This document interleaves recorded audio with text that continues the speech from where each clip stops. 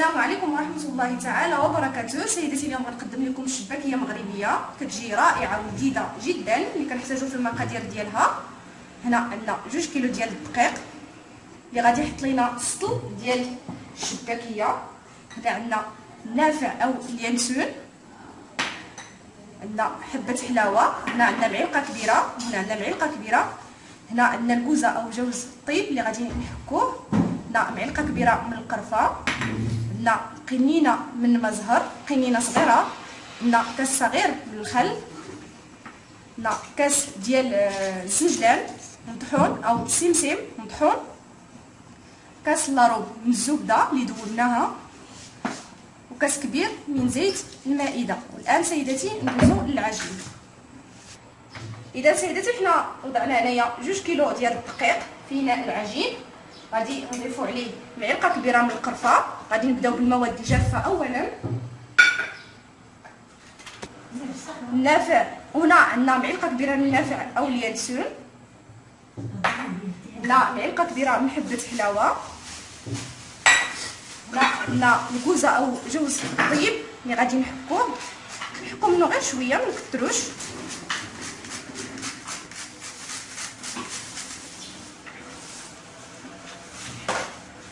اذا سيداتي نخلطوا المكونات الجافه. هنا راه استعملنا هنا الدقيق الابيض الفوت هو اللي استعملنا.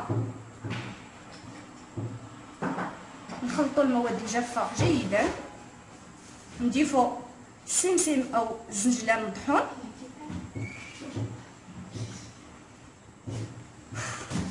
الان سيداتي حنا غنتبسوا العجين ديالنا بالزيت. نوضعوا الزيت، نضيفوا عليه الزبده، وغادي ندخلوا هاد الزيت والزبده ندخلوهم في العجين ديالنا، يعني نرملوهم اطراف الاصابع جيدا على هذا الشكل.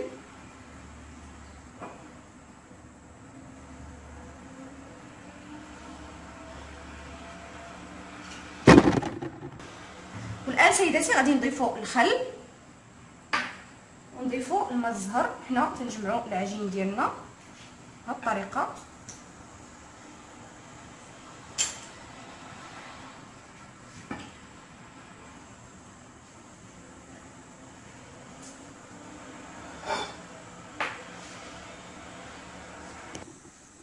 اذا سيداتي هنا عندنا الخميره، هنا قبصه ديال الخميره مع قبصه ديال الملح اللي ذوبناهم في شويه ديال الماء دافي.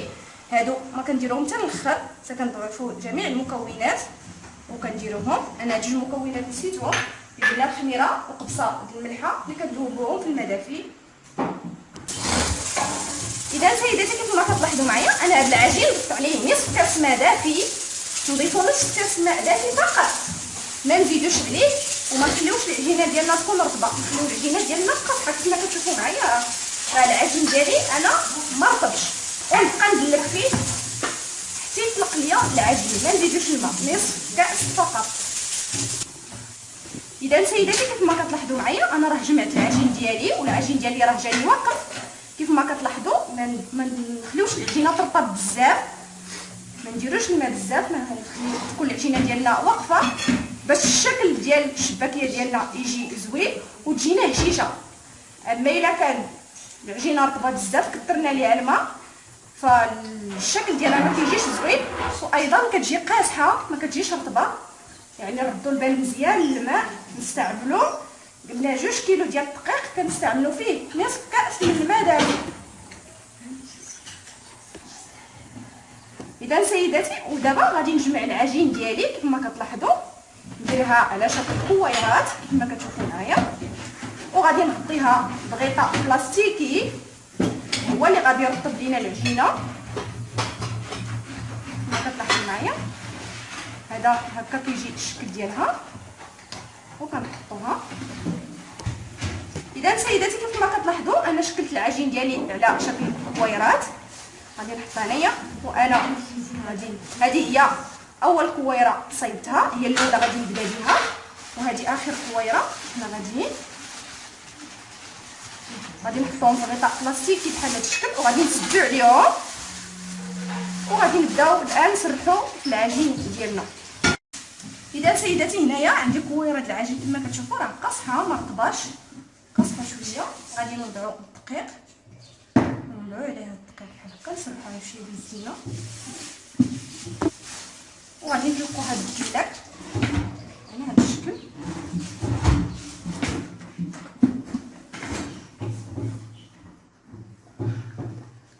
نطلقوا العجين ديالنا.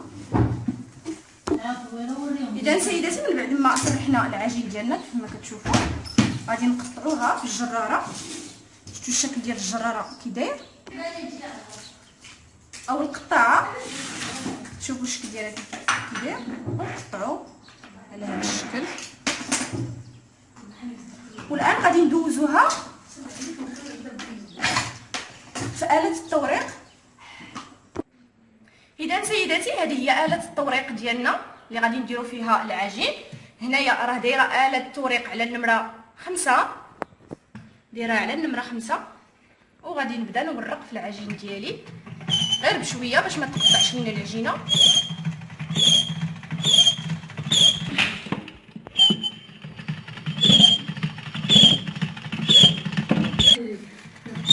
اذا سيداتي كيف ما كتلاحظوا دوزنا العجين ديالنا من آلة التوريق. شوفوا الشكل ديالها كيف كيجي، شي الشكل ديال العجين ما كيجيش رقيق بزاف. المهم كيف ما كتلاحظوا معايا السمك ديالها شحال كيكون. والان غادي ندوزو باش نقطعوها.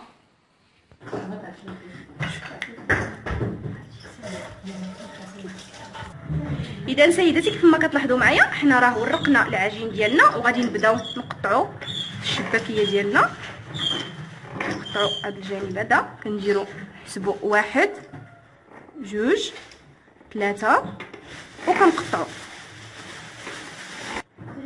شتي كيف ما كتلاحظوا كيجيونا فيها 4 ديال الاشرطه كيف كتشوفوا. غادي نعاودوا حدا امامكم، كنديروا 1 2 3 والرابعه كنقطعوا. كيف ما كتلاحظوا كي كتجي كيكونوا فيها 4 د الاشرطه. كنكملوا هذا الشكل 1 2 3 والرابعه كنقطعوا ثاني. شفتوا الشكل ديالها كيف كيجي. نعاود واحده اخرى 1 2 3 والرابعه تنقطعوا. من الافضل ان نديروا العجين طويل باش يجينا نقريو الشكل ديالو زوين. اذا سيداتي دابا غادي ندوزو للطريقه ديال التشباك. كيف ما كتلاحظوا هي العجين ديالنا فيها 4 ديال الشرائط كيف ما كتشوفوا. كنهزوا اول شريط وكنلوحوا الثاني وكنهزوا الثالث وكنحيدوا الرابع كيف ما كتشوفوا. كناخذوا هذا الجانب مع هذا وكنزديوهم وكنخرجوا كلشي من الوسط. هذا هو الشكل ديالها. نعاود وحده اخرى امامكم. اذا سيداتي كيف ما كتلاحظوا كنهزوا الشريط الاول وكنحيدوا الثاني، كنزلوه وكنهزوا الثالث وكنحيدوا الشريط الرابع وكندخلوا 2 الاصابع من الوسط كيف ما كتشوفوا. وكنزديو هذا الجانب مع هذا بهذا الشكل وكنخرجوا كلشي من الوسط بحال هكا. هكا كيجي الشكل ديالها كيف كتشوفوا. اذا سيداتي كيف ما كتشوفوا الشباكيه ديالنا راه فيها 4 ديال الاشرطه.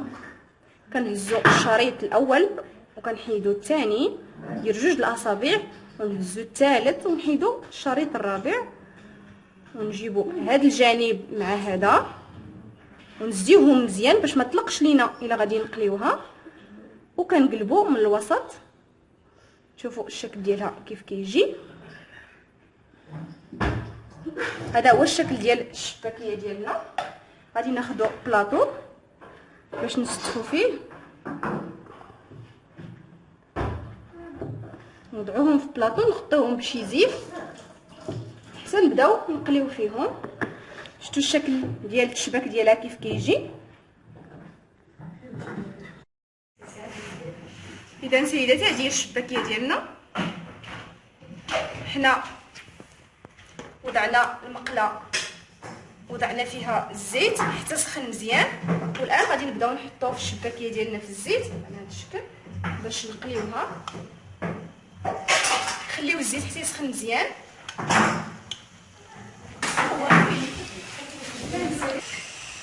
اذا سيداتي ملي كنشوفوها بدات كتحمر من الجوانب كنبداو نقلبوا الشباكيه ديالنا، غير تحمر شويه ونبداو نقلبوا فيها.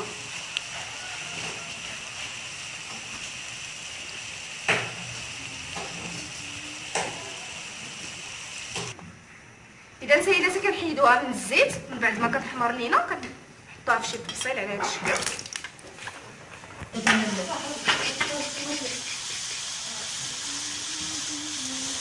اذا سيداتي هكا كنستمروا في الطياب ديال الكريش ديالنا حتى نكملوه كامل.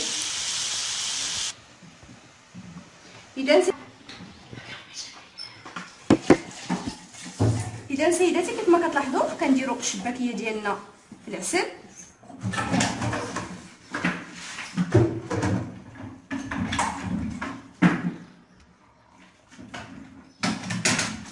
وكنديروا عليها السيسي بهذا الشكل، وكنحطوها في شي شكل بحال هكا باش تسقطر لينا داك العسل.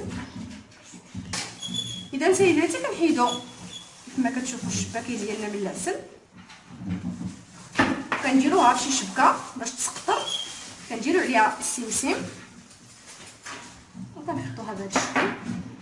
نعاود واحده اخرى نعقم نحيدوها من العسل، نديروا عليها السمسم او الزنجلان ونحطوها على هذا الشكل باش تسقطر لينا.